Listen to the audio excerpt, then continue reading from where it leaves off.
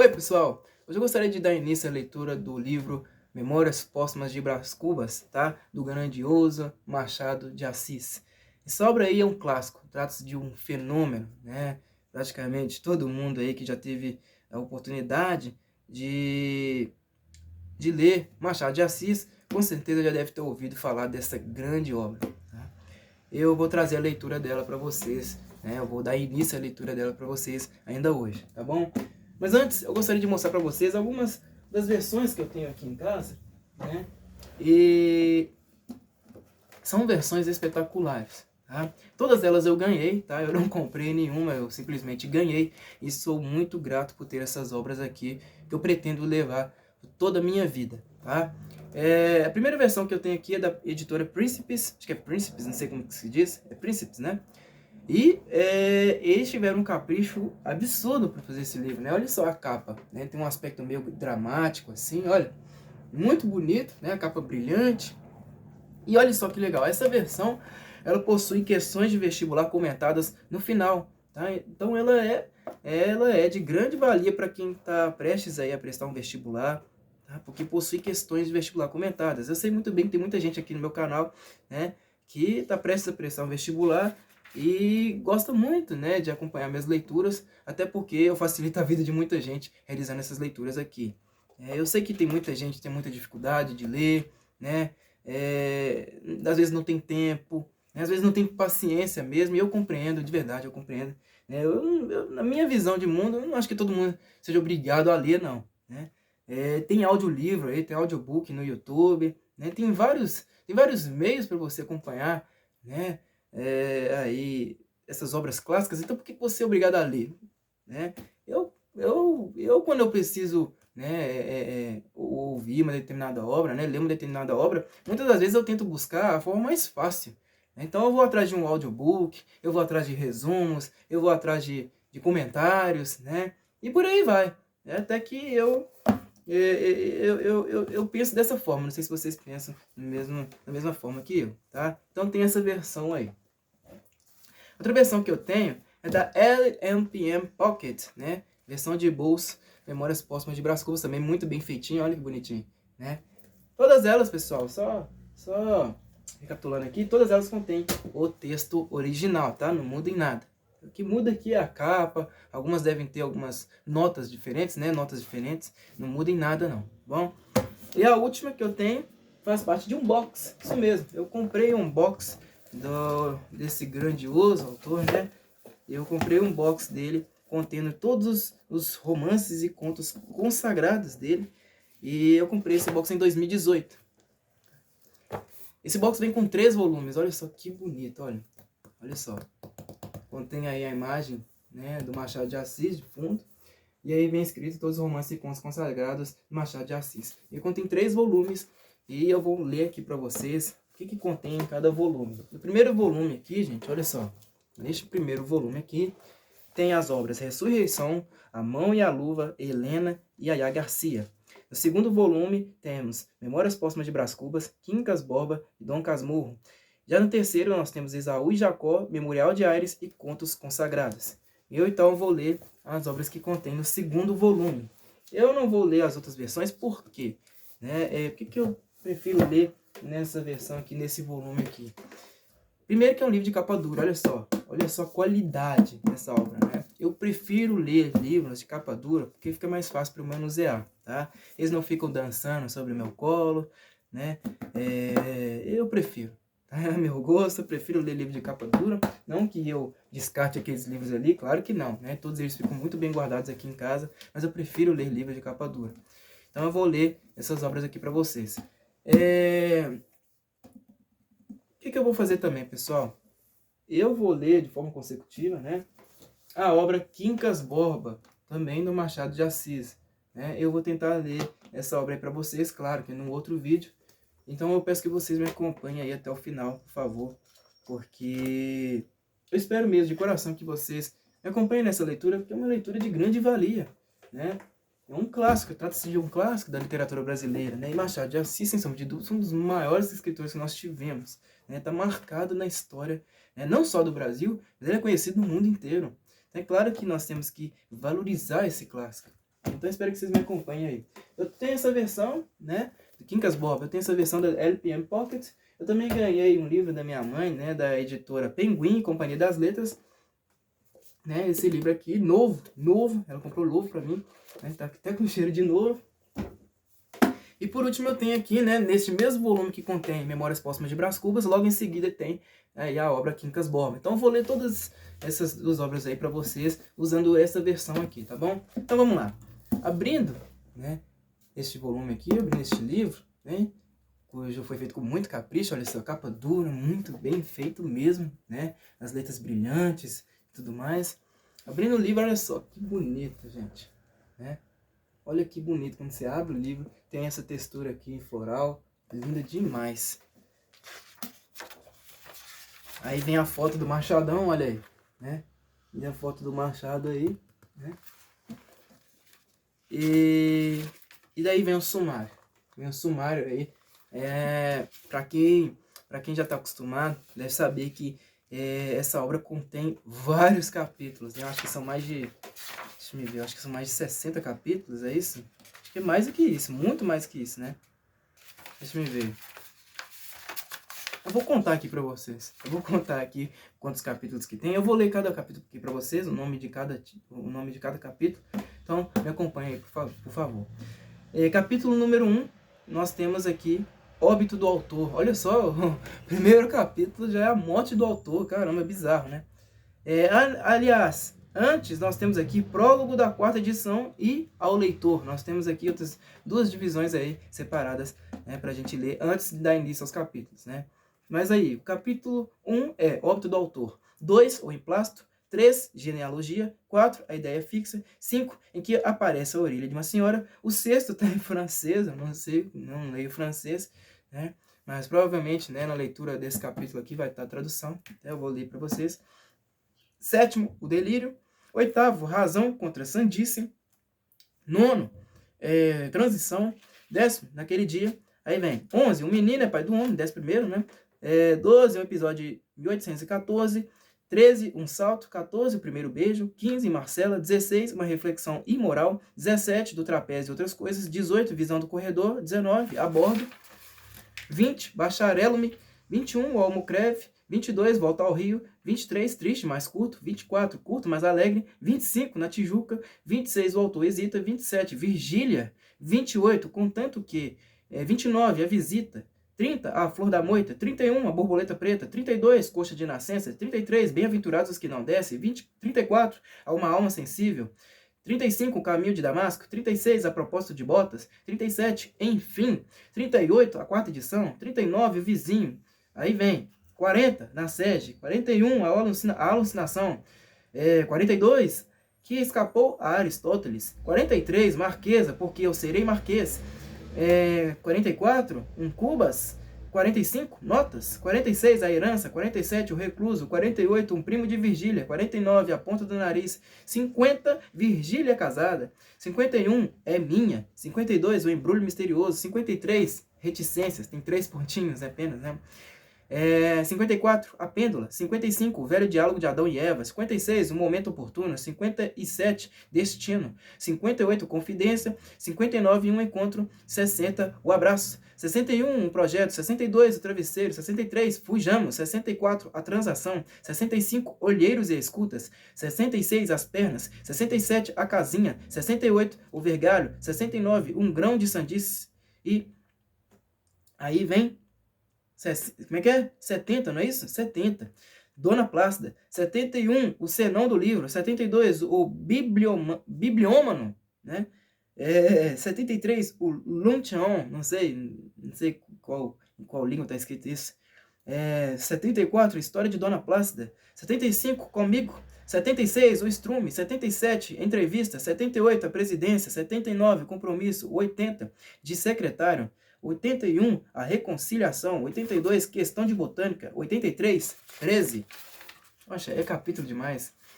84, conflito. 85, o clima da montanha. 86, o mistério. 89, 87, aliás, geologia. 88, o enfermo. 89, in extremis, né? E aí vem 90, o velho colóquio de Adão e Caim. 91, Uma Carta Extraordinária. 92, Um Homem Extraordinário. 93, O Jantar. 94, A Causa Secreta. 95, Flores de Antanho. 96, A Carta Anônima. 97, Entre a Boca e a Testa. 98, Suprimido. 99, Na Plateia. E 100, O Caso Provável. 101, A Revolução Dálmata. 102, De Repouso. 103, Distração. 104, Era Ele. 105, Equivalência das Janelas. 106, Jogo Perigoso. 107, Bilhete. 108, Que Se Não Entende. 109, O Filósofo. 110, 31. 111, O Muro. 112, Opinião. 113, A Solta. 114, Fim de um Diálogo. 115, O Almoço. 116, Filosofia das Folhas Velhas. 116, né? Filosofia das Folhas Velhas. 117, O Humanitismo. 118, A Terceira Força. 119, Parênteses. 120, aí tá em francês aqui, compelle, entrar, não sei como é que se... Não sei se é francês, italiano, não sei. 121, Morro Abaixo. 122, Uma Intenção Muito Fina. 123, O Verdadeiro Cotrim. 124, Vade Intermédio. 125, Epitáfio. 126, Desconsolação. 127, Formalidade. 128, Na Câmara. 129, Sem Remorsos. 130, para intercalar no capítulo, né? 129, não é isso? Isso mesmo. 131, De uma Calúnia. 132, Que Não é Sério. 133, O Príncipe de Helvétios. 134, 50 anos. 135, Oblivion. 136, Inutilidade. 137, A Barretina. 138, A Um Crítico. 139, De Como Não Fui Ministro de Estado. Aí, 140, que explica o anterior. Gente, é capítulo demais. 141, Os Cães. 142, O Pedido Secreto. 143, Não Vou. 144, Utilidade Relativa. 145, Simples Repetição. 146, O Programa. 147, O Desatino. E aí, vai. Tem capítulo pra caramba, ó. Não acabou não. 148, Problema Insolúvel. 149, Teoria do Benefício. 150, Rotação e Translação. 151, Filosofia dos Epitáfios. 152, A Moeda de Vespasiano. 153, O Alienista. 154, Os Navios do Pireu. 155, Reflexão Cordial. 156, Orgulho da Servilidade. 157, Fase Brilhante. 158, Dois Encontros. 159, a semidemência, aliás. E por último, das negativas. Eu tinha me confundido aqui. Os outros capítulos são aí da obra Quincas Borba, né? Que também tem muito capítulo. Mas olha que legal, né? Os capítulos aqui, muitas vezes, né? Eles estão dispostos numa única página. É por isso que tem muito capítulo assim, né? Essa obra, Memórias Póstumas de Brás Cubas, ela não é tão grande não. Então é por isso que tem aí vários capítulos, eles estão dispostos, muitos deles estão dispostos na mesma página, tem 2 na mesma página, entendeu? Então vamos lá, vamos dar início a essa grande obra, eu estou ansioso mesmo, tá? Esqueci de falar para vocês. A primeira vez que eu tive contato com essa obra, eu acho que foi em 2008, tá? Acho que foi por aí, 2008, né? Eu tinha aí 12 para 13 anos de idade, mas foi na versão em quadrinhos. O professor de português meu me mandou ler essa obra aqui, minha versão em quadrinhos. Nem na versão em quadrinhos eu tinha lido, né? Eu era tão sem vergonha, falei, não vou ler versão em quadrinhos não, tá? Vou pegar só o resumo na internet mesmo e pronto, porque o professor, né, ele tinha feito uma prova ali, né? Aplicou uma prova para todo mundo lá na sala e eu tinha lido só o resumo. Eu era muito sem vergonha. Eu lia várias coisas, né? Não vou negar, mas eu não tava tão afim. Hoje, né? Eu tô afim mesmo de ler esse livro, tá? Eu depois, com o tempo, eu fui adquirindo gosto pela leitura das obras do Machado. Eu estou muito ansioso. Vamos lá. Prólogo da 4ª edição. A primeira edição destas Memórias Póstumas de Brás Cubas foi feita aos pedaços na Revista Brasileira pelos anos de 1880.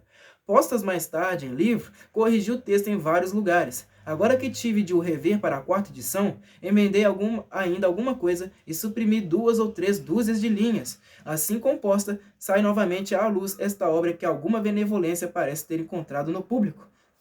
Capistrano de Abreu, noticiando a publicação do livro, perguntava: as Memórias Póstumas de Brás Cubas são um romance? Macedo Soares, em carta que me escreveu por esse tempo, recordava amigamente as viagens na minha terra.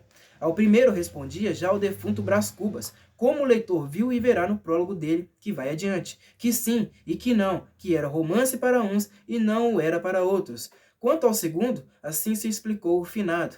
Trata-se de uma obra difusa, na qual eu, Brás Cubas, se adotei a forma livre de um Sterne, ou de um Xavier de Maistre. Não sei se lhe meti algumas rabugens de pessimismo. Toda essa gente viajou. Xavier de Maistre, a roda do quarto Garret na terra dele, Sterne na terra dos outros. De Brás Cubas se pode talvez dizer que viajou a roda da vida. O que faz do meu Brás Cubas um autor particular é o que ele chama rabugens de pessimismo. Há na alma deste livro, por mais risonho que pareça, um sentimento amargo e áspero, que está longe de vir dos seus modelos.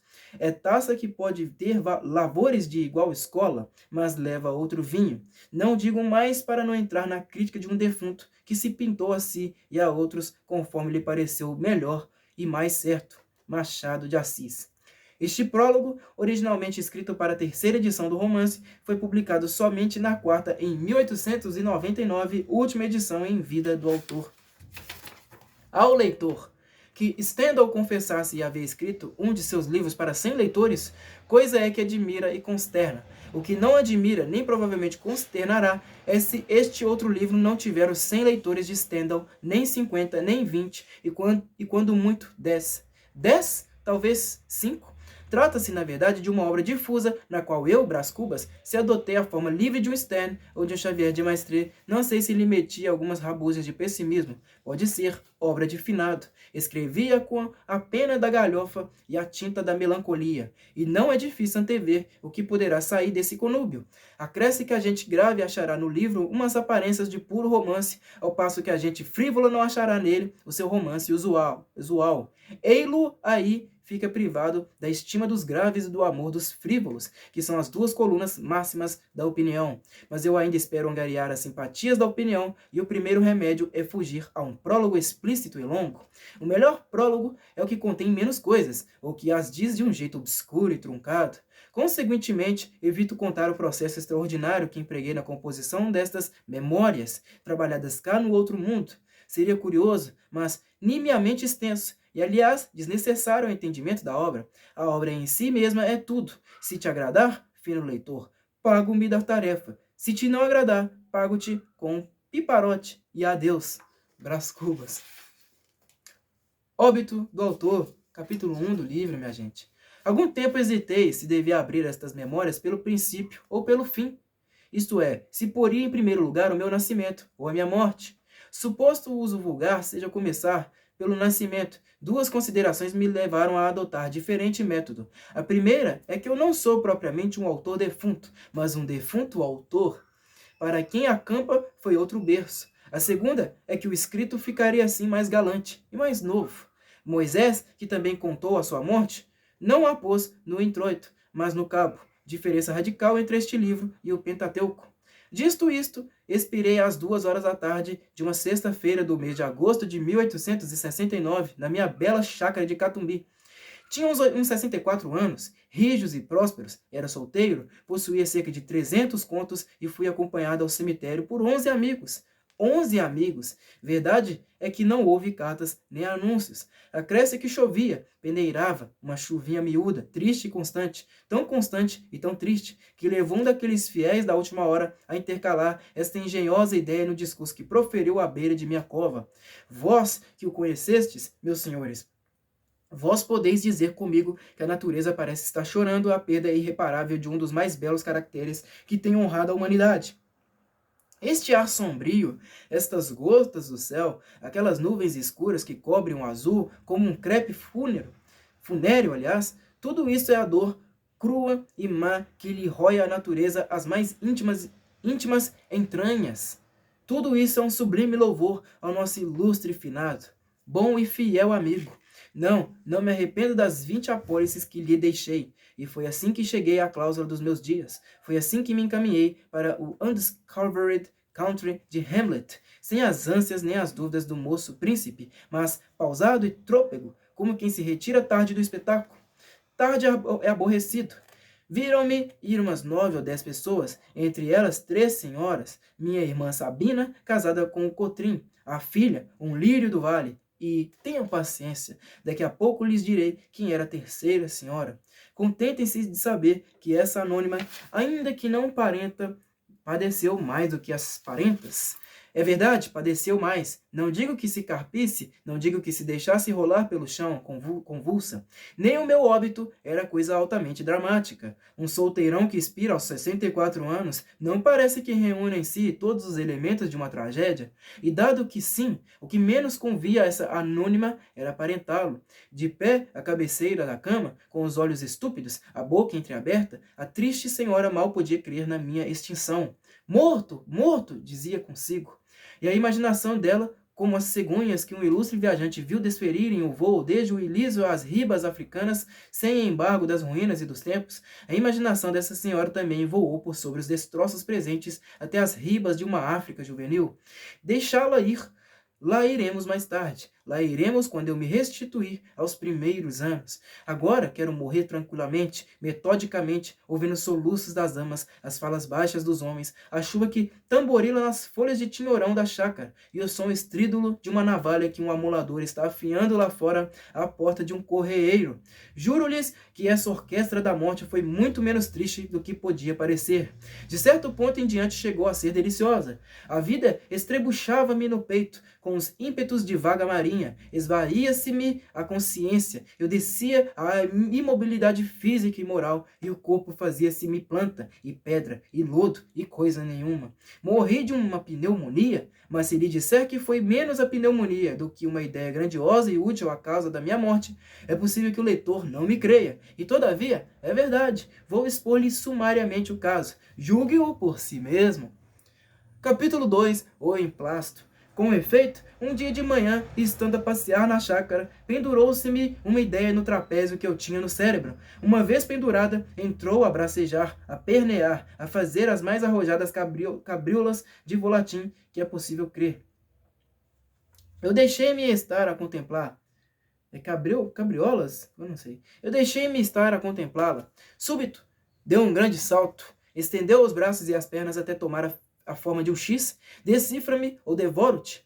Essa ideia era nada menos que a invenção de um medicamento sublime, um emplasto anti-hipocondríaco, destinado a aliviar a nossa melancólica humanidade. Na petição de privilégio que então redigi, chamei a atenção do governo para esse resultado verdadeiramente cristão.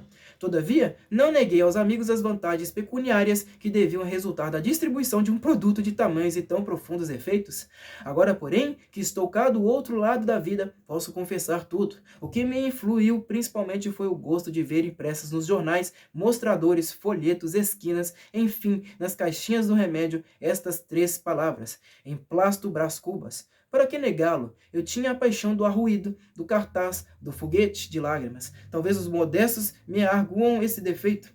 Fio, porém, que esse talento me hão de reconhecer os hábeis. Assim, a minha ideia trazia 2 faces, com as medalhas, uma virada para o público, outra para mim. De um lado, filantropia e lucro. De outro lado, sede de nomeada, digamos, amor da glória. Um tio meu, cônego de prebenda inteira, costumava dizer que o amor da glória temporal era a perdição das almas que só devem cobiçar a glória eterna. Ao que retorquia outro tio, oficial de um dos antigos terços de infantaria, que o amor da glória era a coisa mais verdadeiramente humana que há no homem e, conseguintemente, a sua mais genuína feição. Decida o leitor entre o militar e o cônego. Eu volto ao emplasto. Terceiro, capítulo 3, genealogia. Mas, já que falei nos meus 2 tios, deixem-me fazer aqui um curto esboço genealógico. O fundador da minha família foi um certo Damião Cubas, que floresceu na primeira metade do século XVIII. Era tanoeiro de ofício, natural do Rio de Janeiro, onde teria morrido na penúria e na obscuridade se somente exercesse a tanoaria. Mas não. Fez-se lavrador, plantou, colheu, permutou seu produto por boas e honradas patacas até que morreu, deixando grosso cabedal a um filho, licenciado Luiz Cubas. Nesse rapaz é que verdadeiramente começa a série de meus avós, dos avós que a minha família sempre confessou, porque o Damião Cubas era, afinal de contas, um tanoeiro, e talvez mau tanoeiro, ao passo que o Luiz Cubas estudou em Coimbra, primou no estado, e foi um dos amigos particulares do vice-rei Conde da Cunha. Como esse apelido de Cubas lhe cheirasse excessivamente a tanuaria, alegava meu pai, bisneto de Damião, que o dito apelido fora dado a um cavaleiro, herói nas jornadas da África, em prêmios da façanha que praticou, arrebatando 300 cubas aos mouros. Meu pai era homem de imaginação, escapou a tanuaria nas asas de um calembur. Não sei como é que se pronuncia isso, isso é francês, né? Era um bom caráter, meu pai, varão digno e leal como poucos. Tinha, é verdade, uns fumos de pacholice, mas quem não é um pouco pachola neste mundo? Releva notar que ele não recorreu à inventiva senão depois de experimentar a falsificação. Primeiramente, entroncou-se na família daquele meu famoso homônimo, o capitão Mor Brás Cubas, que fundou a vila de São Vicente, onde morreu em 1592, e por esse motivo é que me deu o nome de Brás. Opôs-se-lhe, porém, a família do capitão Mor, e foi então que ele imaginou as 300 cubas mouriscas. Vivem ainda alguns membros da minha família, minha sobrinha Venância, por exemplo, o lírio do vale, que é a flor das damas do seu tempo. Vive o pai, Cotrim, um sujeito que... Mas não antecipemos os sucessos. Acabemos de uma vez com o nosso emplasto. Capítulo 4. A ideia fixa. A minha ideia, depois de tantas cabriolas, constituíra-se ideia fixa. Deus te livre, leitor, de uma ideia fixa. Antes um argueiro, antes uma trave no olho. Vê o cavor. Foi a ideia fixa da unidade italiana que o matou. Não sei se é caver, não sei. Acho que é caver, não sei. Verdade é que Bismarck não morreu, mas cumpre advertir que a natureza é uma grande caprichosa e a história uma eterna loureira. Por exemplo, Suetônio deu-nos um Cláudio, que era um simplório, ou uma abóbora, como lhe chamou Sêneca, e um Tito, que mereceu ser as delícias de Roma. Veio modernamente o professor e achou meio de demonstrar que dos dois Césares, o verdadeiro delicioso, foi o abóbora de Sêneca. E tu, Madama Lucrécia, flor dos Borges, se um poeta te pintou como a Messalina católica, apareceu um Gregorovius incrédulo que te apagou muito essa qualidade. E, se não vieste a lírio, também não ficaste pântano. Eu deixo-me estar entre o poeta e o sábio. Viva, pois, a história, a volúvel história que dá para tudo. E tornando a ideia fixa, direi que é ela a que faz os varões fortes e os doidos. A ideia móvel, vaga ou furta-cor é a que faz os Cláudios, formula Suetônio. Era fixa a minha ideia, fixa como não me ocorre nada que seja assaz fixo neste mundo. Talvez a lua, talvez as pirâmides do Egito, talvez a afinada dieta germânica. Veja o leitor a comparação que melhor lhe quadrar. Veja-a e não esteja daí a torcer-me o nariz só porque ainda não chegamos à parte narrativa destas memórias. Lá iremos. Creio que prefere a anedota à reflexão, como os outros leitores, seus confrades, e acho que faz muito bem, pois lá iremos. Todavia, importa dizer que este livro é escrito com a pachorra de um homem já desafrontado da brevidade do século, obra supinamente filosófica de uma filosofia desigual, agora austera, logo brincalhona, coisa que não edifica nem destrói, não inflama nem regala, e é todavia mais do que passatempo e menos do que apostolado. Vamos lá, retifique o seu nariz e tornemos ao emplasto. Deixemos a história com seus caprichos de dama elegante. Nenhum de nós pelejou a batalha de Salamina, nenhum escreveu a confissão de Augsburgo. Pela minha parte, se alguma vez me lembro de Cromwell, é só pela ideia de que Sua Alteza, com a mesma mão que trancara o parlamento, teria imposto aos ingleses o emplasto Brás Cubas. Não se riam dessa vitória comum da farmácia do puritanismo. Quem não sabe que ao pé de cada bandeira grande, pública, ostensiva, há várias outras bandeiras modestamente particulares que se hasteiam e flutuam à sombra daquela e não poucas vezes lhe sobrevivem. Deixa eu pegar aqui, pessoal, um marcador de texto, que eu vou precisar marcar algumas palavras.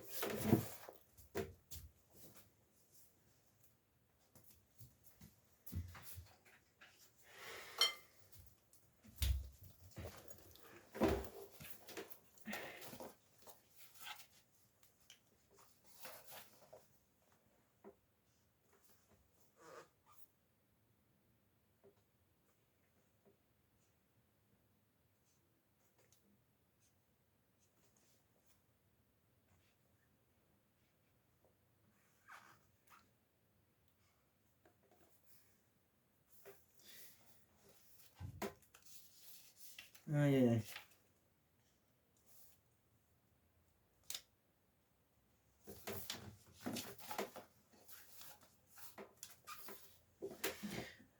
Mal comparando, é como uma raia miúda que se acolhia à sombra do castelo feudal. Caiu este e a raia ficou. Verdade é que se fez graúda e castelã. Não, a comparação não presta. Deixa eu ver até que página vou ler hoje, pessoal. Ó, o livro começa na página 21, né? Então, acho que eu vou poder ler até a página 50, não é isso? Vou tentar ler até a página 52, né? Capítulo 15, chamado Marcela. Aí eu vou dar uma pausa. Vou até marcar aqui. Eu dobro o livro, não tem nada a ver, não. Eu faço orelha mesmo aí, ó. Eu não me importo muito, não. Vamos lá. Capítulo 5, em que aparece a orelha de uma senhora. Se não, quando, estando eu ocupado em preparar e apurar a minha invenção, recebi em cheio um golpe de ar. Adoeci logo e não me tratei. Tinha um emplasto no cérebro, trazia comigo o chão das tubas e remontar ao céu como uma águia imortal. E não é diante de tão excelso espetáculo que um homem pode sentir a dor que o punge. No outro dia estava pior. Tratei-me, enfim, mas incompletamente, sem método, nem cuidado, nem persistência. Tal foi a origem do mal que me trouxe à eternidade. Sabem já que morri numa sexta-feira, dizia Asiago, e creio haver provado que foi a minha invenção que me matou. Há demonstrações menos lúcidas e não menos triunfantes. Não era impossível, entretanto, que eu chegasse a galgar o cimo de um século e a figurar nas folhas públicas entre macróbios. Tinha saúde e robustez. Suponha-se que, em vez de estar lançando os alicerces de uma invenção farmacêutica, tratava de coligir os elementos de uma instituição política ou de uma reforma religiosa. Vinha corrente de ar que vence em eficácia o cálculo humano e lá se ia tudo. Assim corre a sorte dos homens. Com essa reflexão me despedi, eu da mulher, não direi mais discreta, mas com certeza mais formosa entre as contemporâneas suas, a anônima do primeiro capítulo, a tal cuja imaginação há a semelhança das cegonhas do Elisa. Tinha então 54 anos, era uma ruína, uma imponente ruína. Imagina o leitor que nos amamos, que ela e eu, muitos anos antes, e que um dia, já enfermo, vejo-a assomar à porta da alcova.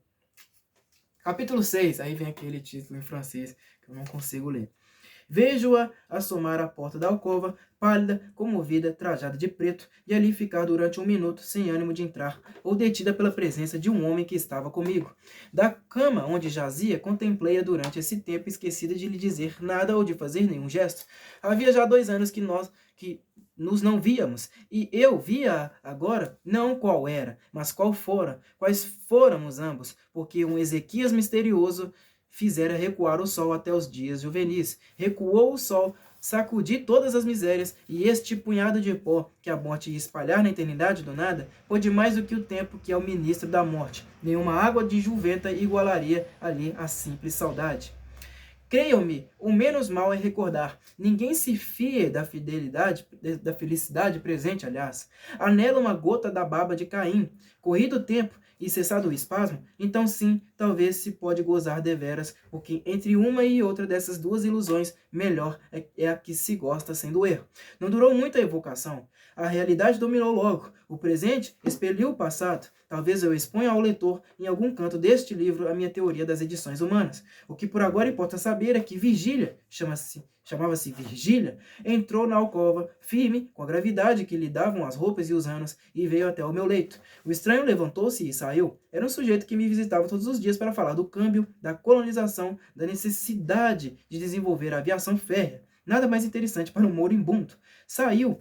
Virgília deixou-se estar de pé. Durante algum tempo ficamos a olhar um para o outro, sem articular palavra. Quem diria? De 2 grandes namorados, de 2 paixões sem freio, nada mais havia ali 20 anos depois. Havia apenas 2 corações, murchos, devastados pela vida e saciados dela. Não sei se em igual dose, mas enfim, saciados. Virgília tinha agora a beleza da velhice, um ar austero e maternal. Estava menos magra do que quando a vi pela última vez numa festa de São João, na Tijuca. E porque era das que resistem muito, só agora começavam os cabelos escuros a intercalar-se de alguns fios de prata. Anda visitando os defuntos? Disse-lhe eu. Ora, defuntos, respondeu Virgília com um muxoxo. E depois de me apertar as mãos, ando a ver se põe os vadios para a rua. Não tinha carícia lacrimosa de outro tempo, mas a voz era amiga e doce. Sentou-se. Eu estava só, em casa. com um simples enfermeiro. Podíamos falar um ao outro sem perigo. Virgília deu-me longas notícias de fora, narrando-as com graça, com um certo travo de má língua que era o sal da palestra. Eu, prestes a deixar o mundo, senti um prazer satânico em mofar dele, em persuadir-me de que não deixava nada. Que ideias essas? Interrompeu-me Virgília, um tanto zangada. Olha que não volto mais. Morrer. Todos nós havemos de morrer. Basta estarmos vivos. E vendo o relógio, Jesus, são 3 horas. Vou-me embora. Já? Já. Virei amanhã ou depois. Não sei se faz bem, retorqui. O doente é um solteirão e a casa não tem senhoras. Sua mana? Há de vir cá passar uns dias, mas não pode ser antes de sábado. Virgília refletiu um instante, levantou os ombros e disse com gravidade: Estou velha, ninguém mais repara em mim, mas para cortar dúvidas, virei com o Nhonhô. Nhonhô era um bacharel, único filho de seu casamento, que na idade de 5 anos fora cúmplice inconsciente de nossos amores. Vieram juntos 2 dias depois, e confesso que, ao vê-los ali, na minha alcova, fui tomado de um acanhamento que nem me permitiu corresponder logo às palavras afáveis do rapaz. Virgília adivinhou-me e disse ao filho: Nhonhô, não repares nesse grande manhoso que aí está. Não quer falar para fazer crer que está à morte. Sorriu o filho, eu creio que também sorri, e tudo acabou em pura galhofa. Virgília estava serena e risonha, tinha um aspecto das vidas imaculadas, nenhum olhar suspeito, nenhum gesto que pudesse denunciar nada, uma igualdade de palavra e de espírito, uma dominação sobre si mesma que pareciam e talvez fossem raras, como tocássemos casualmente nos amores legítimos, meio secretos, meio divulgados, via falar com desdém e um pouco de indignação da mulher de que se tratava, aliás, sua amiga. O filho sentia-se satisfeito, ouvindo aquela palavra digna e forte, e eu perguntava a mim mesmo o que diriam de nós, os gaviões, se Buffon tivesse nascido gavião. Era o meu delírio que começava. Capítulo 7. O delírio. Que me conste ainda, ninguém relatou seu próprio delírio. Faço-o eu, e a ciência mo agradecerá. Se o leitor não é dado à contemplação desses fenômenos mentais, pode saltar o capítulo, vá direto à narração. Mas por menos curioso que seja, sempre lhe digo que é interessante saber o que se passou na minha cabeça durante uns 20 a 30 minutos. Primeiramente tomei a figura de um barbeiro chinês, bojudo, destro, escanhoando um mandarim que me pagava o trabalho com beliscões e confeitos, caprichos de mandarim. Logo depois, senti-me transformado na Suma Teológica de São Tomás, impressa num volume e encadernada em marroquim, com fechos de prata e estampas. Ideia essa que me deu ao corpo a mais completa imobilidade, e ainda agora me lembra que, sendo as minhas mãos os fechos do livro, e cruzando-as eu sobre o ventre, alguém as descruzava, Virgílio de certo, porque a atitude lhe dava a imagem de um defunto. Ultimamente, restituído à forma humana, vi chegar o hipopótamo que me arrebatou. Deixei-me ir calado, não sei se por medo ou confiança, mas, dentro em pouco, a carreira de tal modo se tornou vertiginosa que me atrevi a interrogá-lo, e com alguma arte lhe disse que a viagem me parecia sem destino. Engana-se, replicou o animal. Nós vamos à origem dos séculos. Insinuei que deveria ser muitíssimo longe, mas o hipopótamo não me entendeu ou não me ouviu, se é que não fingiu uma dessas coisas, e perguntando-lhe, visto que ele falava, se era descendente do cavalo de Aquiles ou da asna de Balaão, retorquiu-me com um gesto peculiar. Esses 2 quadrúpedes, abanou as orelhas. Pela minha parte fechei os olhos e deixei-me ir à aventura. Já agora não se me dá de confessar que sentia umas tais ou quais cócegas de curiosidade por saber onde ficava a origem dos séculos, se era tão misteriosa como a origem do Nilo e, sobretudo, se valia alguma coisa mais ou menos do que a consumação dos mesmos séculos. Reflexões de cérebro enfermo. Como ia de olhos fechados, não via o caminho. Lembra-me só que a sensação de frio aumentava com a jornada, e que chegou uma ocasião em que me pareceu entrar na região dos gelos eternos. Com efeito, abri os olhos e vi que o meu animal galopava numa planície branca de neve, com uma ou outra montanha de neve, vegetação de neve e vários animais grandes e de neve. Tudo neve. Chegava a gelar-nos um sol de neve. Tentei falar, mas apenas pude grunhir esta pergunta ansiosa. Onde estamos? Já passamos o Éden. Bem, paremos na tenda de Abraão. Mas se nós caminhamos para trás, redarguiu, motejando a minha cavalgadura. Fiquei vexado e aturdido. A jornada entrou a parecer-me enfadonha e extravagante, o frio incômodo, a condução violenta e o resultado impalpável. E depois, cogitações de enfermo, dado que chegássemos ao fim indicado, não era impossível que os séculos, irritados com com lhes devassarem a origem, me esmagassem entre as unhas que deviam ser tão seculares como eles. Enquanto assim pensava, íamos devorando o caminho, e a planície voava debaixo dos nossos pés, até que o animal estacou e pude olhar mais tranquilamente em torno de mim. Olhar somente, nada vi além da imensa brancura da neve, que desta vez invadira o próprio céu, até ali azul. Talvez a espaços me aparecia uma ou outra planta, enorme, brutesca, meneando ao vento as suas largas folhas. O silêncio daquela região era igual ao do sepulcro. Dissera-se que a vida das coisas ficara estúpida diante do homem. Caiu do ar? Destacou-se da terra? Não sei. Sei que um vulto imenso, uma figura de mulher me apareceu então, fitando-me uns olhos rutilantes como o sol. Tudo nessa figura tinha a vastidão das formas selváticas e tudo escapava à compreensão do olhar humano, porque os contornos perdiam-se no ambiente, e o que parecia espesso era muita vez diáfano. Estupefato, não disse nada, não cheguei sequer a soltar um grito, mas ao cabo de algum tempo, que foi breve, perguntei quem era e como se chamava, curiosidade de delírio. Chamava-me natureza ou Pandora, sou tua mãe e tua inimiga. Ao ouvir esta última palavra, recuei um pouco, tomado de susto. A figura soltou uma gargalhada que produziu em torno de nós o efeito de um tufão. As plantas torceram-se e um longo gemido quebrou a mudez das coisas externas. Não te assustes, disse ela. Minha inimizade não mata, é sobretudo pela vida que se afirma. Vives, não quero outro flagelo. Vivo? Perguntei eu, enterrando as unhas nas mãos, como para certificar-me da existência. Sim, verme, tu vives. Não receis perder esse andrajo que é teu orgulho. Provarás ainda por algumas horas o pão da dor e o vinho da miséria. Vives, agora mesmo que ensandeceste, vives, e se a tua consciência revolver um instante de sagacidade, tu dirás que queres viver. Dizendo isso, a visão estendeu o braço, segurou-me pelos cabelos, levantou-me ao ar como se fora uma pluma. Só então pude ver-lhe de perto o rosto, que era enorme. Nada mais quieto, nenhuma contorção violenta, nenhuma expressão de ódio ou ferocidade. A feição única, geral, completa, era a da impassibilidade egoísta, e da eterna surdez, a da vontade imóvel. Raivas, se as tinha, ficavam encerradas no coração. Ao mesmo tempo, nesse rosto de expressão glacial, havia um ar de juventude, mescla de força e vício, diante do qual me sentia eu o mais débil e decrépito dos seres. Entendeste-me? Disse ela no fim de algum tempo de mútua contemplação.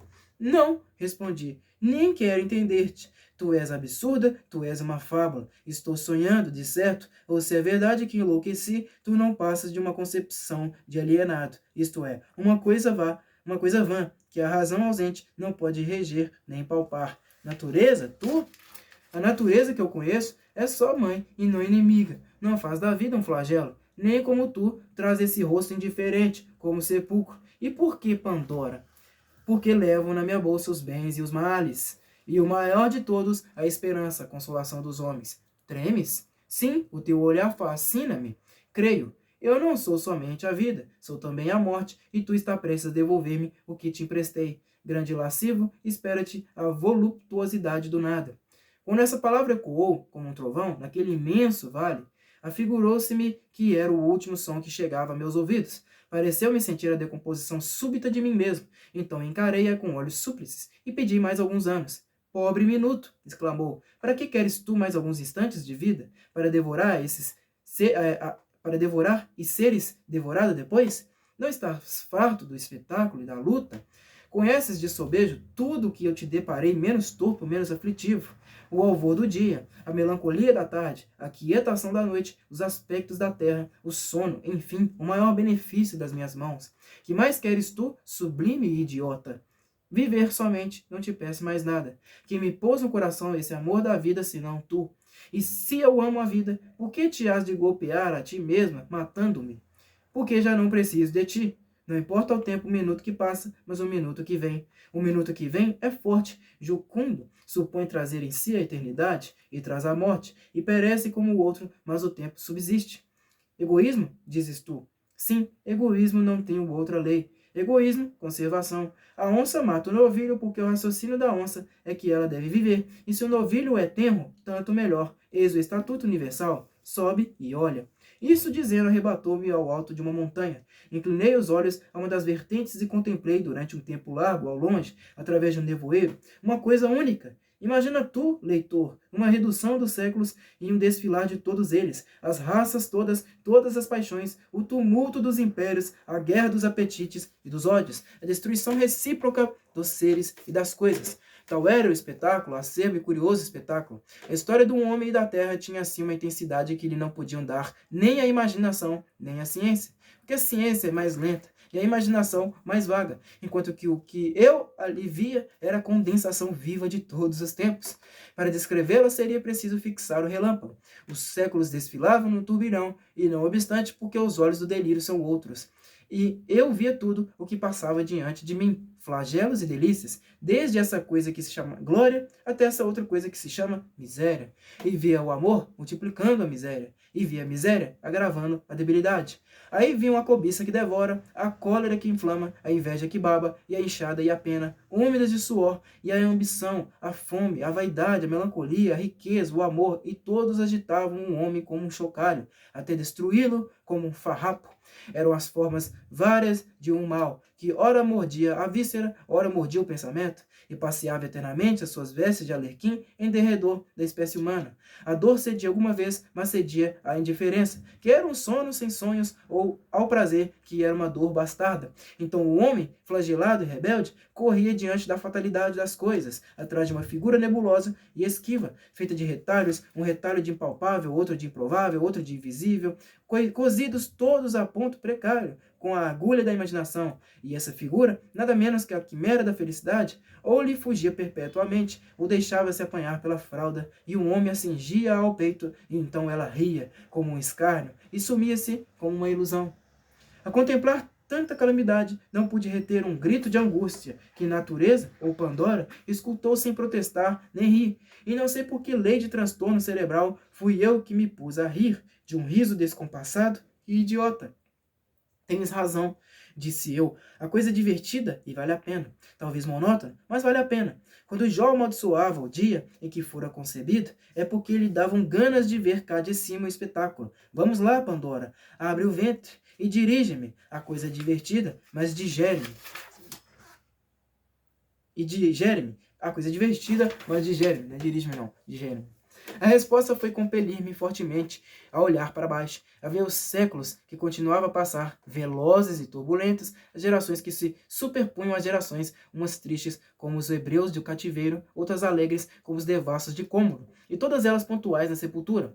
Quis fugir, mas uma força misteriosa me retinha os pés, então disse comigo: bem, os séculos vão passando, chegará o meu e passará também até o último, que me dará a decifração da eternidade. E fixei os olhos e continuei a ver as idades, que vinham chegando e passando, já então tranquilo e resoluto, não sei até se alegre. Talvez alegre. Cada século trazia sua porção de sombra e de luz, de apatia e de combate, de verdade e de erro, e o seu cortejo de sistemas, de ideias novas, de novas ilusões, em cada um deles rebentava as verduras de uma primavera e amareleciam depois para remoçar mais tarde. Ao passo que a vida tinha assim uma regularidade de calendário, fazia-se a história e a civilização, e o homem, nu e desarmado, armava-se, vestia-se, construía o tugure e o palácio, a rude aldeia e Tebas de 100 portas, criava a ciência que prescruta e a arte que enleva, fazia-se orador mecânico, filósofo, corria a face do globo, descia ao ventre da terra, subia a esfera das nuvens, colaborando assim na obra misteriosa com que entretinha a necessidade da vida e a melancolia do desamparo. Meu olhar, enfarado e distraído, viu enfim chegar o século presente e atrás dele os futuros. Aquele vinha ágil, destro, vibrante, cheio de si, um pouco difuso, audaz, sabedor, mas ao cabo tão miserável como os primeiros. E assim passou, e assim passaram os outros, com a mesma rapidez e igual monotonia. Redobrei de atenção, fitei a vista e ia enfim ver o último, mas então já a rapidez da marcha era tal que escapava toda a compreensão. Ao pé dela o relâmpago seria um século. Talvez por isso entraram os objetos a trocarem-se. Uns cresceram, outros minguaram, outros perderam-se no ambiente, o nevoeiro cobriu tudo. Menos o hipopótamo que ali me trouxera, e que, aliás, começou a diminuir, até ficar do tamanho de um gato. Era efetivamente um gato. Encarei-o bem. Era o meu gato sultão, que brincava à porta da alcova com uma bola de papel. Capítulo 8. Razão contra a sandice. Já o leitor compreendeu que era a razão que voltava a casa e convidava a Sandice a sair, chamando e com melhor jus as palavras de Tartufo. Aí tá em francês. Não sei. Podia ter tradução aqui, né? Pra facilitar a nossa vida. Mas ancestro antigo da Sandice criara amor às casas alheias, de modo que apenas senhora de uma dificilmente lhe farão despejar. Ancestro não se tira daí. Há muito que lhe calejou a vergonha. Agora, se advertimos no imenso número de casas que ocupa, umas de vez, outras durante as suas estações calmosas, concluiremos que essa almável peregrina é o terror dos proprietários. No nosso caso, houve quase um distúrbio à porta do meu cérebro, porque a adventícia não queria entregar a casa e a dona não cedia da intenção de tomar o que era seu. Afinal, já a Sandice se contentava com um cantinho no sótão. Não, senhora, replicou a razão. Estou cansada de lhe ceder sótãos, cansada, experimentada. O que você quer é passar mansamente do sótão à sala de jantar. Daí a de visitas e ao resto, perdão, pessoal. Está bem, deixe-me ficar algum tempo mais. Estou na pista de um mistério. Que mistério? De dois, emendou a Sandice, o da vida e o da morte. Peço-lhe só uns 10 minutos. A razão pôs-se a rir. As de ser sempre a mesma coisa, sempre a mesma coisa, sempre a mesma coisa.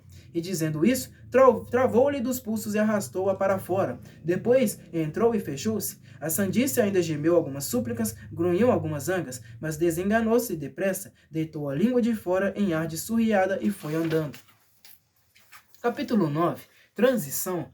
E vejam agora com que destreza, com que arte faço eu a maior transição deste livro. Vejam, o meu delírio começou em presença de Virgília. Virgília foi o meu grão pecado da juventude. Não há juventude sem meninice. Meninice supõe nascimento. E eis aqui como chegamos nós, sem esforço, ao dia 20 de outubro de 1805, em que nasci. Viram? Nenhuma juntura aparente, nada que divirta a atenção pausada do leitor, nada. De modo que o livro fica assim com todas as vantagens do método sem a rigidez do método. Na verdade, era tempo. Que isso de método sendo, como é, uma coisa indispensável, todavia é melhor tê-lo sem gravata nem suspensórios, mas um pouco à fresca e à solta, como quem não se lhe dá da vizinha fronteira, nem do inspetor de quarteirão. É como a eloquência, que é uma genuína e vibrante de uma arte natural e feiticeira, e outra tesa, engomada e xoxa. Vamos ao dia 20 de outubro. Capítulo 10. Naquele dia, a árvore dos cubas brotou uma graciosa flor. Nasci, recebeu-me nos braços a Pascuela, insigne e parteira minhota, que se gabava de ter aberto a porta do mundo a uma geração inteira de fidalgos. Não é impossível que meu pai lhe ouvisse tal declaração.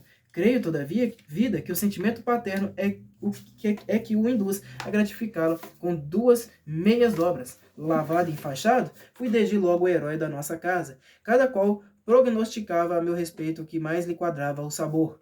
Meu tio João, um antigo oficial de infantaria, achava-me um certo olhar de Bonaparte, coisa que meu pai não pôde ouvir sem náuseas. Meu tio Ildefonso, então simples padre, farejava-me cônego.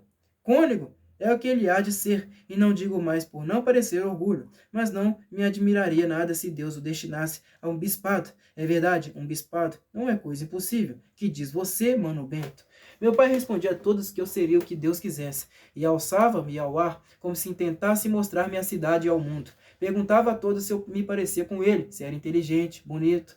Digo essas coisas por alto, segundo as ouvi narrar anos depois. Ignoro a maior parte dos pormenores daquele famoso dia. Sei que a vizinhança veio ou mandou cumprimentar o recém-nascido e que durante as primeiras semanas muitas foram as visitas em nossa casa. Não houve cadeirinha que não trabalhasse. Aventou-se muita casaca e muito calção. Se não conta os mimos, os beijos, as admirações, as bênçãos, é porque se os contasse não acabaria mais o capítulo e é preciso acabá-lo. Item, não posso dizer nada do meu batizado, porque nada me referiram a tal respeito, a não ser que foi uma das mais galhardas festas do ano seguinte. 1806. Batizei-me na igreja de São Domingos, uma terça-feira de março, dia claro, luminoso e puro, sendo padrinhos o coronel Rodrigues de Matos e sua senhora. Um e outro descendiam de velhas famílias do norte e honravam deveras o sangue que lhes corria nas veias, outrora derramado na guerra contra a Holanda. Cuido que os nomes de ambos foram das primeiras coisas que aprendi, e certamente os dizia com muita graça, ou revelava algum talento precoce, porque não havia pessoa estranha diante de quem não me obrigasse a recitá-los. Nhonhô, diga a esses senhores como é que se chama seu padrinho. Meu padrinho é o excelentíssimo senhor coronel Paulo Vaz Lobo César de Andrade Souza Rodrigues de Matos. Minha madrinha é a excelentíssima senhora Dona Maria Luísa de Macedo Rezende e Souza Rodrigues de Matos. É muito esperto, seu menino! Exclamavam os ouvintes. Muito esperto, concordava meu pai, e os olhos babavam-se-lhe de orgulho, e ele espalmava a mão sobre a minha cabeça, fitava-me longo tempo, namorado, cheio de si. Item, comecei a andar, não sei bem quando, mas antes do tempo, talvez por apressar a natureza, obrigavam-me cedo a agarrar as cadeiras, pegavam-me da fralda, davam-me carinhos de pau. Nhonhô, só, dizia-me a mucama, e eu, atraído pelo chocalho de lata que minha mãe agitava diante de mim, lá ia para a frente, cai aqui, cai acolá, e andava provavelmente mal, mas andava, e fiquei andando. Capítulo 11. O menino é pai de um homem. Cresci, e nisso é que a família não interveio. Cresci naturalmente como crescem as magnólias e os gatos. Talvez os gatos são menos matreiros, e com certeza as magnólias são menos inquietas do que eu era na minha infância. Um poeta dizia que o menino é pai do homem. Se isso é verdade, vejamos alguns lineamentos do menino. Desde os 5 anos merecera eu a alcunha de menino diabo, e verdadeiramente não era outra coisa. Fui dos mais malignos do meu tempo, arguto, indiscreto, traquinas e voluntarioso. Por exemplo, um dia quebrei a cabeça de uma escrava porque me negaram uma colher de doce de coco que estava fazendo, e não contente com o malefício, deitei um punhado de cinza ao tacho, e não satisfeito da travessura, fui dizer à minha mãe que a escrava é que estragara o doce por pirraça, e eu tinha apenas 6 anos. Prudêncio, um moleque de casa, era o meu cavalo de todos os dias. Punha as mãos no chão, recebia um cordel nos queixos, à guisa de freio, eu trepava-lhe ao dorso, com uma varinha na mão, fustigava-o, dava 1000 voltas a um e outro lado, e ele obedecia, algumas vezes gemendo, mas obedecia sem dizer palavra, ou quando muito, um ai nhonhô, ao que eu retorquia, cala a boca, besta. Esconder os chapéus das visitas, deitar rabos de papel a pessoas graves, puxar pelo rabicho das cabeleiras, dar beliscões nos braços das matronas, e outras muitas façanhas dessas jaez eram mostras de um gênio indócil, mas devo crer que eram também expressões de um espírito robusto, porque meu pai tinha minha grande admiração, e se às vezes me repreendia à vista de gente, fazia-o por simples formalidade. Em particular, dava-me beijos. Não se conclua daqui que eu levasse todo o resto da minha vida a quebrar a cabeça dos outros, nem a esconder-lhes os chapéus, mas opiniático, egoísta e algo contemptor dos homens. Isso fui, se não passei o tempo a esconder-lhes os chapéus, alguma vez lhes puxei pelo rabicho das cabeleiras. Outro sim, afeiçoei-me à contemplação da injustiça humana, inclinei-me a atenuá-la, a explicá-la, a classificá-la por partes, a entendê-la não segundo um padrão rígido, mas ao sabor das circunstâncias e lugares. Minha mãe doutrinava-me a seu modo, fazia-me decorar alguns preceitos e orações, mas eu sentia que mais do que as orações me governavam os nervos e o sangue, e a boa regra perdia o espírito, que a faz viver, para se tornar uma vã fórmula. De manhã, antes do mingau, e de noite, antes da cama, pedia a Deus que me perdoasse, assim como eu perdoava aos meus devedores, mas entre a manhã e a noite fazia uma grande maldade, e meu pai, passado alvoroço, dava-me pancadinhas na cara e exclamava a rir: "Ah, brejeiro, ah, brejeiro!" Sim, meu pai adorava-me. Minha mãe era uma senhora fraca, de pouco cérebro e muito coração, assaz crédula, sinceramente piedosa, caseira, apesar de bonita, e modesta, apesar de abastada, temente às trovoadas e ao marido. O marido era na terra o seu Deus. Da colaboração dessas duas criaturas nasceu a minha educação, que se tinha alguma coisa boa, era no geral viciosa, incompleta e em partes negativa. Meu tio cônego fazia às vezes alguns reparos ao irmão, dizia que ele me dava mais liberdade do que ensino, e mais afeição do que emenda, mas meu pai respondia que aplicava na minha educação um sistema inteiramente superior ao sistema usado, e por esse modo, sem confundir o irmão, iludia-se a si próprio.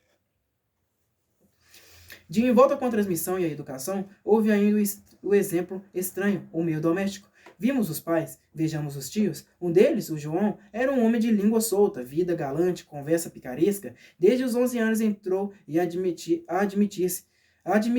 as anedotas, reais ou não, eivadas todas de obscenidade ou imundície. Não me respeitava a adolescência, como não respeitava a batina do irmão. Com a indiferença que este fugia logo que ele enveredava por assunto escabroso, eu não deixava-me estar sem entender nada a princípio, depois entendendo e, enfim, achando-lhe graça. No fim de certo tempo, quem o procurava era eu, e ele gostava muito de mim. Dava-me doces, levava-me a passeio. Em casa, quando lá ia passar alguns dias, não poucas vezes me aconteceu achá-lo no fundo da chácara, no lavadouro, a palestrar com as escravas que batiam roupa. Aí é que era um desfiar de anedotas, de ditos, de perguntas e um estalar de risadas que ninguém podia ouvir porque o lavadouro ficava muito longe de casa. As pretas, com uma tanga no ventre, a arregaçar-lhes um palmo dos vestidos, umas dentro do tanque, outras fora, inclinadas sobre as peças de roupa, a batê-las, a ensaboá-las, a torcê-las, e ouvindo e redarguindo as pilhérias do tio João e a comentá-las de quando em quando com esta palavra: Cruz, diabo! Esse senhor João é o diabo! Bem diferente era o tio cônico. Esse tinha muita austeridade e pureza. Tais dotes, contudo, não realçavam um espírito superior, apenas compensavam um espírito medíocre. Não era homem que visse a parte substancial da igreja. Via o lado externo, a hierarquia, as preeminências, as sobrepelizes, as circunflexões. Via antes da sacristia que do altar. Uma lacuna no ritual excitava-o mais do que uma infração dos mandamentos. Agora, a tantos anos de distância, não estou certo se ele poderia atinar facilmente com um trecho de Tertuliano ou expor, sem titubear, a história do símbolo de Niceia. Mas ninguém, nas festas cantadas, sabia melhor o número e caso das cortesias que se deviam ao oficiante.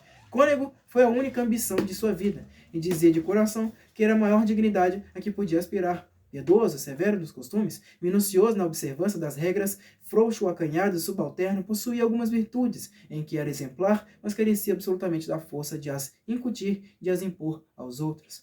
Não digo nada de minha tia materna, dona Emerenciana, e aliás, era a pessoa que mais autoridade tinha sobre mim. Essa diferençava-se grandemente dos outros, mas viveu pouco tempo em nossa companhia, 2 anos. Outros parentes e alguns íntimos não merecem a pena de ser citados. Não tivemos uma vida comum, mas intermitente, com grandes claros de separação.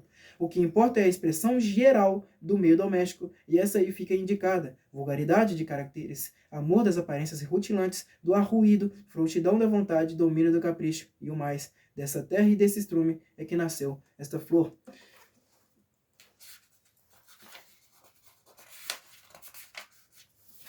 Capítulo 12. Um episódio de 1814. Mas eu não quero passar adiante sem contar sumariamente um galante episódio de 1814. Tinha 9 anos. Napoleão, quando eu nasci, estava já em todo o esplendor da glória e do poder. Era imperador e granjeara inteiramente a admiração dos homens. Meu pai, que a força de persuadir os outros da nossa nobreza acabara persuadindo-se a si próprio, nutria contra ele um ódio puramente mental. Era isso motivo de renhidas contendas em nossa casa, o que meu tio João, não sei se por espírito de classe e simpatia de ofício, perdoava no déspota o que admirava no general. Meu tio padre era inflexível contra o corso, e outros parentes dividiam-se, daí as controvérsias e as rugas. Chegando ao Rio de Janeiro a notícia da primeira queda de Napoleão. Houve, naturalmente, grande abalo em nossa casa, mas nenhum chasco ou remoque. Os vencidos, testemunhos do regozijo público, julgaram mais decoroso o silêncio.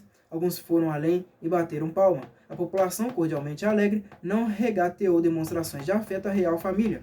Houve iluminações, salvas, Te-Deum, cortejo e aclamações. Figurei nesses dias com um espadim novo, que meu padrinho me dera no dia de Santo Antônio. E, francamente, interessava-me mais o espadim do que a queda de Bonaparte.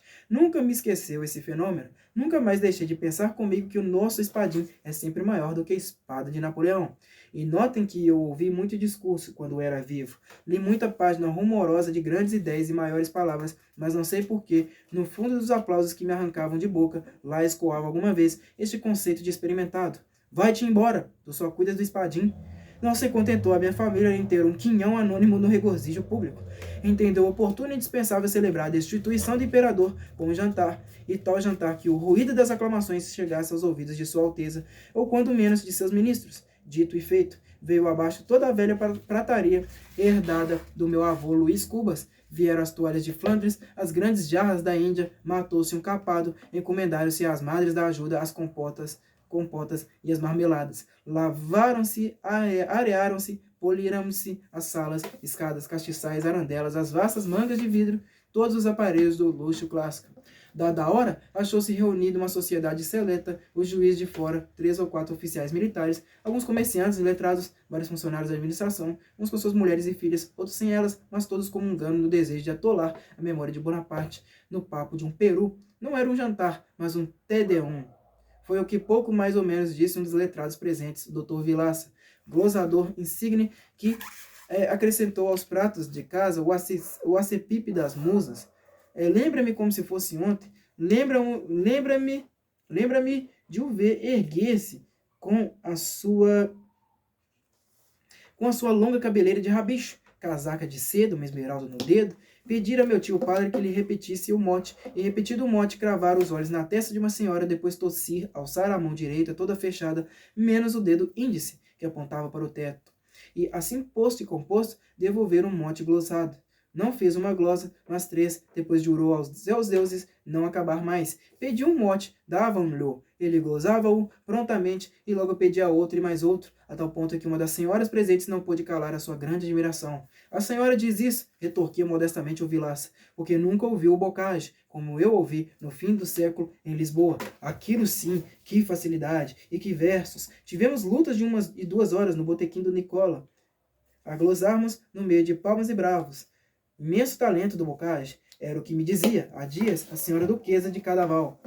Estas 3 palavras últimas, expressas com muita ênfase, produziram em toda a assembleia um frêmito de admiração e pasmo, pois esse homem tão dado, tão simples, além de pleitear com poetas, discreteava com duquesas, um Bocage e uma Cadaval. Ao contato de tal homem, as damas sentiam-se superfinas, os varões olhavam-no com respeito, alguns com inveja, não raros com incredulidade. Ele, entretanto, ia caminho a acumular adjetivo sobre adjetivo, advérbios sobre advérbio, a desfiar todas as rimas de tirano e de usurpador.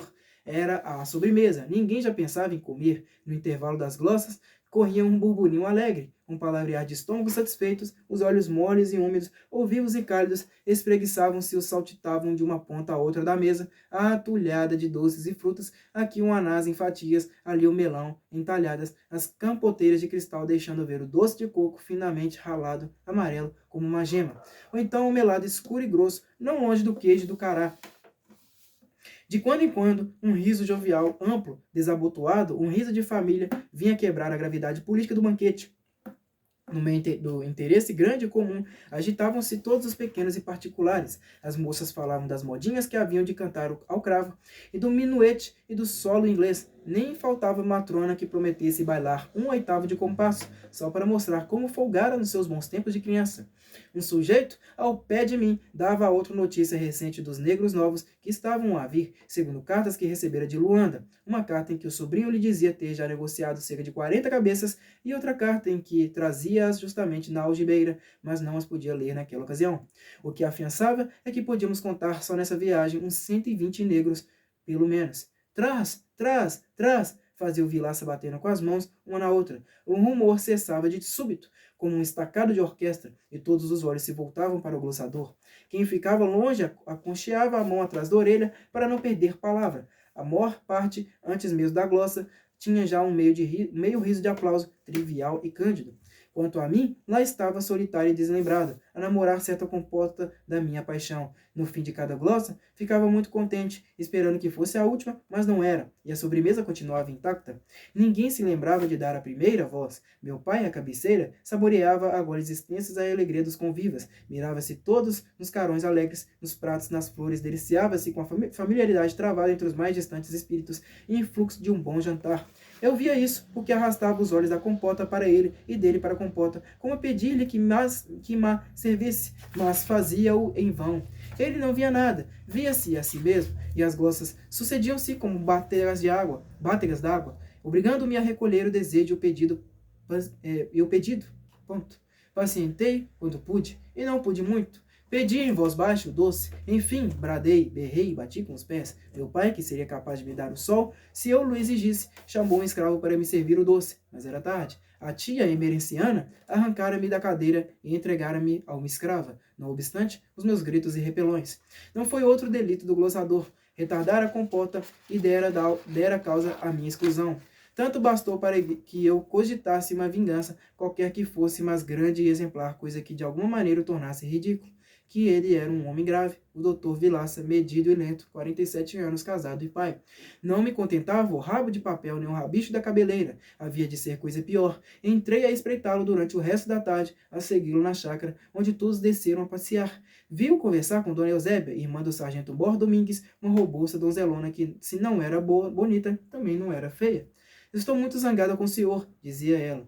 Por quê? Porque, não sei por quê, porque a minha sina. Creio às vezes que é melhor morrer.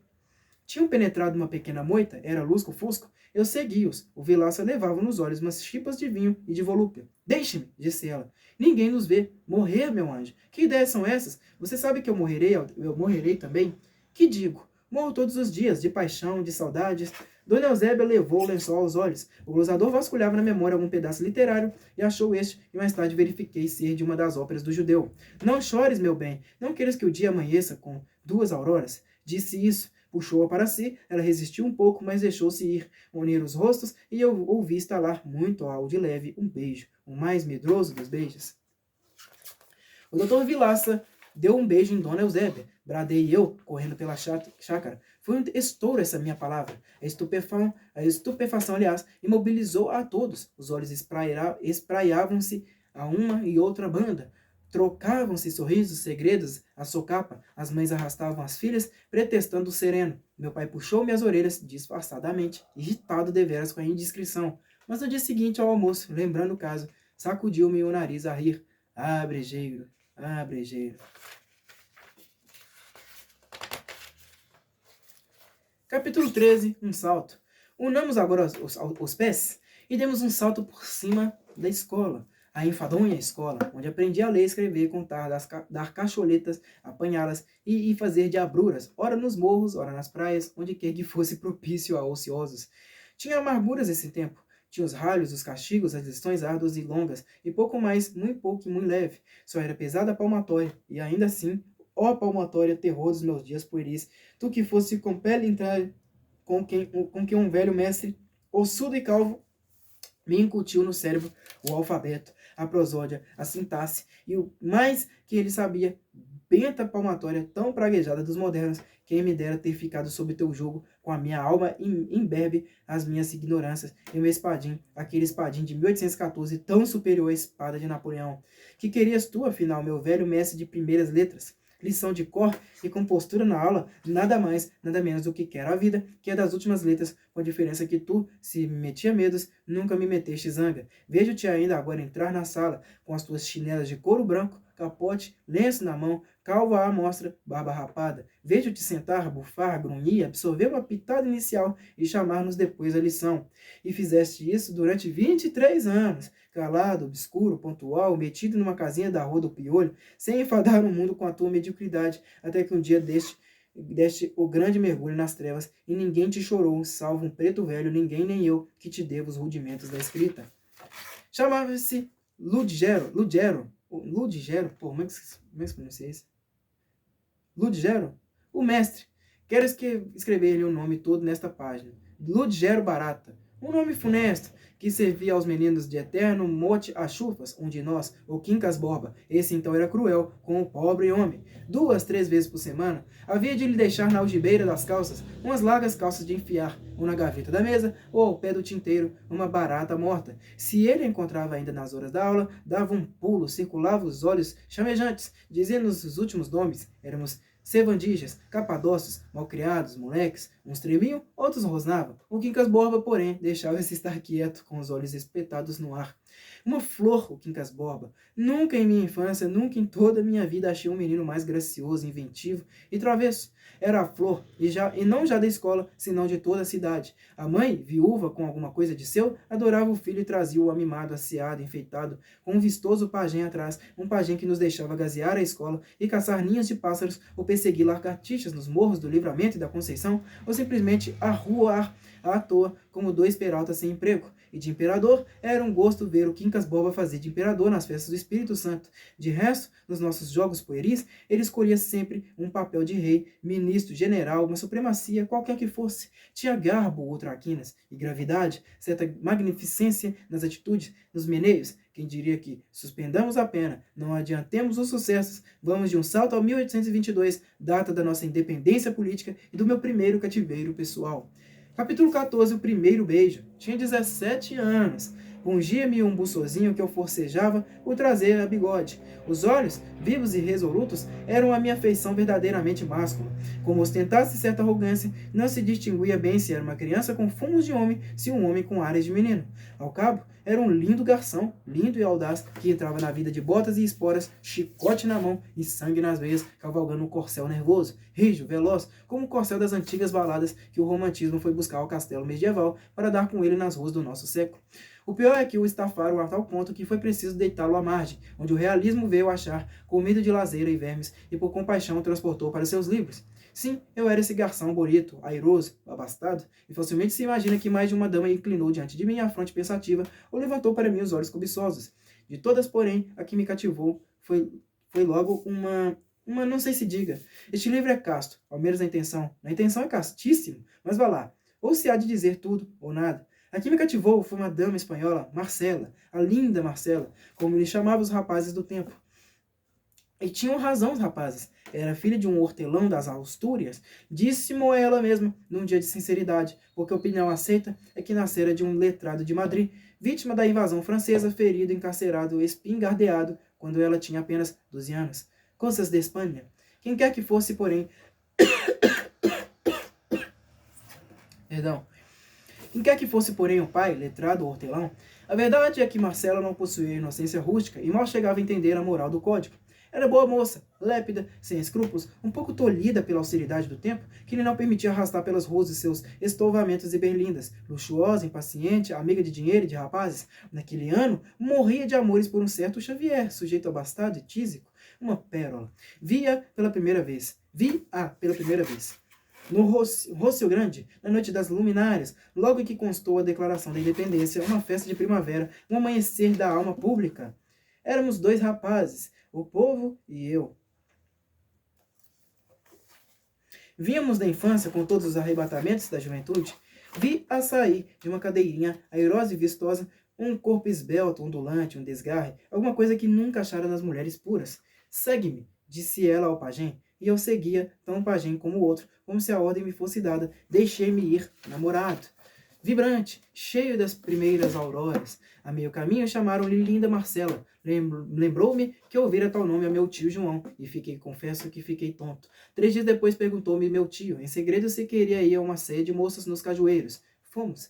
Era em casa de Marcela. O Xavier, com todos os seus tubérculos, presidia ao banquete noturno, em que eu pouco ou nada comi, porque só tinha olhos para a dona da casa. Que gentil que estava a espanhola. Havia mais uma meia dúzia de mulheres, todas de partido, e bonitas, cheias de graça, mas a espanhola, o entusiasmo, alguns goles de vinho, o gênio imperioso, estouvado, tudo isso me levou a fazer uma coisa única. À saída, à porta da rua, disse a meu tio que esperasse um instante e tornei a subir as escadas. Esqueceu alguma coisa? Perguntou Marcela de pé no patamar. O lenço.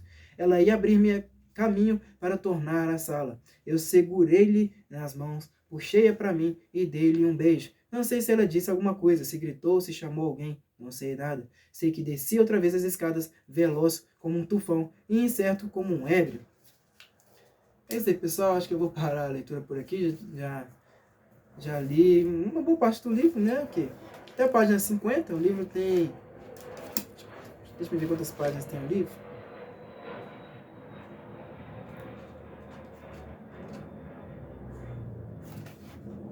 Deixa eu ver... Tem 205 páginas, não é isso? Mas 205 páginas, não é tão grande não, né? Porque eu li pelo menos aí 1/4 do livro, já é uma coisa, já é uma coisa. Então é isso aí, pessoal, espero que vocês tenham gostado da minha leitura até aqui. Tá? Quem não é inscrito, se inscreva no canal, né? Curta esse vídeo, compartilhe para o máximo de pessoas possíveis, né? Vamos fazer valer esse clássico da literatura brasileira, né? Vamos divulgá-lo, vamos espalhá-lo aí, que é um clássico, trata-se de um clássico, e eu acho que todo mundo tem que ter conhecimento dele, não é isso? Então é isso daí, meu muito obrigado a todos vocês, e até a próxima, falou!